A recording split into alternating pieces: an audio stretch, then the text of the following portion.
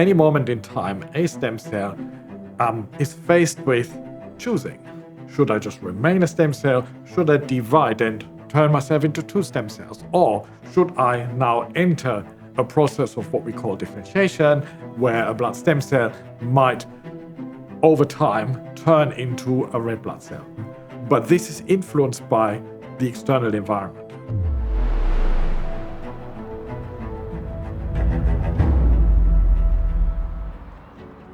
In Behind the Science, we tell the story of how innovation and infrastructure combine in Europe's leading science clusters.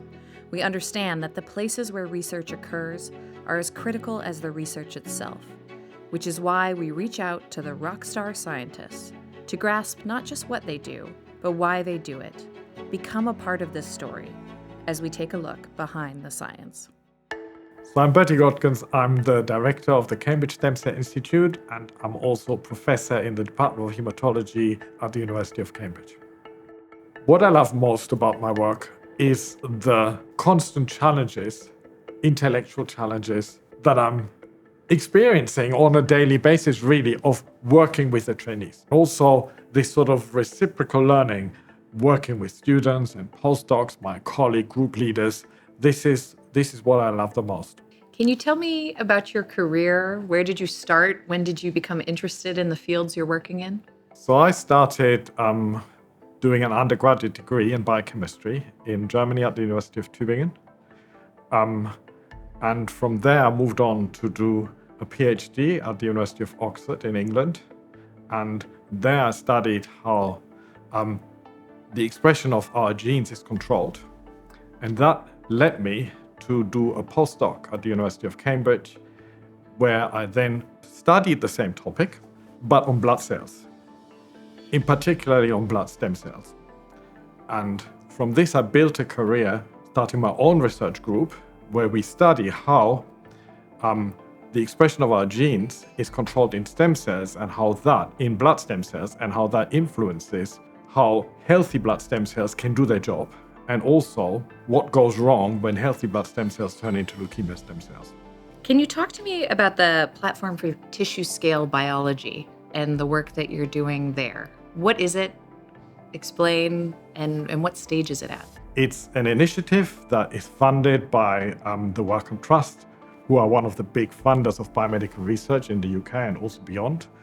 2 years ago, they changed their approach and asked us to come up with a sort of major challenge. We pitched to them what we called tissue scale biology. And they liked it and they funded it. So what is this platform? It's a funding package from the Wellcome Trust for 7 years, and it has started in July 2024. So it's only just started very recently. In our organs, we have stem cells that their job is to build the organ, to maintain the organ, and to repair the organ. That if we really want to understand how this functions, we can't look at individual molecules or single cells. We need to look at the bigger picture, the sort of ecosystem of how all the different cells work together, come together, and make a liver be a healthy liver, make skin be healthy skin, make brain a healthy brain.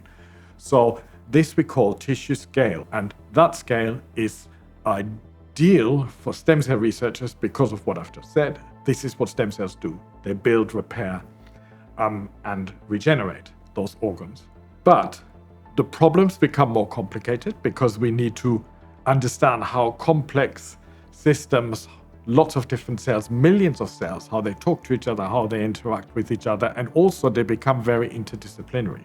To tackle this tissue scale biology, we need to bring together advanced imaging, because we need to image organs at this sort of scale, and we need to be able to do this over time, because the process of building or repairing an organ is not something that you can ever really understand if you only look once. You need to look before, after, during.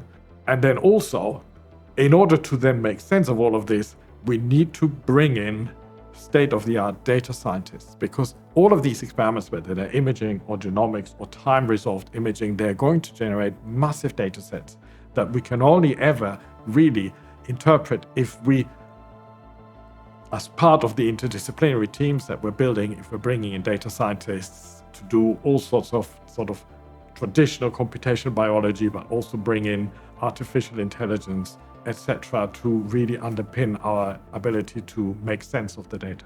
The idea is very much that this team and the entire institute with the platform needs to be outward facing. And this isn't outward facing to our immediate neighbors or the local Cambridge environment. It's much beyond. So it should be nationally and internationally. So we had partnered up with 2 specific places right from the beginning so that we would know how we would be able to get off to a great start and interact and interface with the rest of the scientific community. What would you say to someone in private industry who is considering Cambridge as a location for a business working in the stem cell industry? I'd say come. You won't regret it. That's what I would say. So there's a lot of talent. There's a lot of discovery that cries out for translation.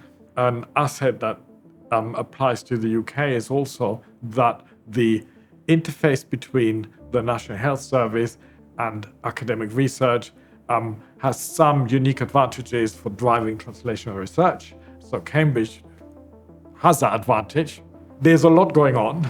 I should also say that in the Stem Cell Institute alone, our own group leaders have set up 9 startups in the last 6 years. So it's something, this entrepreneurial mindset is something that's alive and kicking, and also it's very much encouraged by myself. Can you speak to me about what type of collaborations you might have with private industry, or what that relationship can look like between the work you do here and industry? It's very important, I think, for us to achieve this mission to advance human health that we are outward facing. And outward facing includes that the ultimate delivery would be driven collaboratively between academia, healthcare systems, and the private sector. It's absolutely clear. So what I did when I took over as director of the institute is I set up a new structure which we call this Stem Cell Institute Technology and Innovation Forum, where we've partnered up with 10 companies now with the explicit aim of connecting researchers in the companies with researchers in the institute. And this is because I know from my own experience that many of my best ever students and postdocs are now working as researchers in the companies. But it is not necessarily easy to interact with the researchers because they are not the public face of the company. So most of them are local companies, and they are interested in they're interested in stem cell biology either because they directly work with stem cells or they produce reagents or equipment that's very relevant to the work we do. So this interaction with industry, I think, is also important because it allows us to identify joint interests and then also to potentially jointly fund and execute research projects. Do you have a dream or a vision for the next 10 years, the next 20 years, where you hope these technologies are going to get us? For the next 7 years, it's the tissue scale biology. So that we really want to be absolutely internationally leading at being the place where we can take full advantage of now having brought together technologists from these various interdisciplinary fields to say, we are not scared by this complexity. We're tackling this complexity, and then we can truly understand how things work and what's gone wrong in this disease and how it needs to be fixed. Thanks for watching Behind the Science, as we've explored the power of research, collaboration, and proximity in driving world-changing innovations.